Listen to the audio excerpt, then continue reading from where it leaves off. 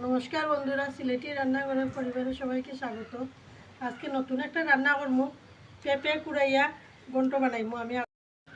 বন্ধুরা, আমার কড়াই তো গরম হয়ে গেছে। এখন তেল দিলাম, এটা সরষের তেল।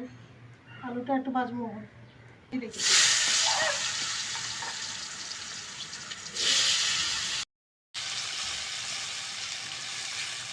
টমেটো এখন সম্বাস দেবো।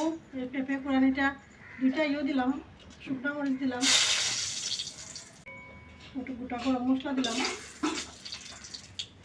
তেজপাতা দিলাম, কুড়ানি পেঁপেটা দিলাম,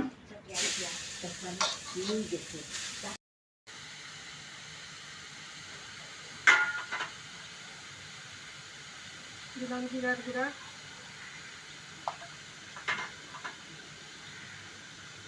একটু মরিচের গুঁড়া,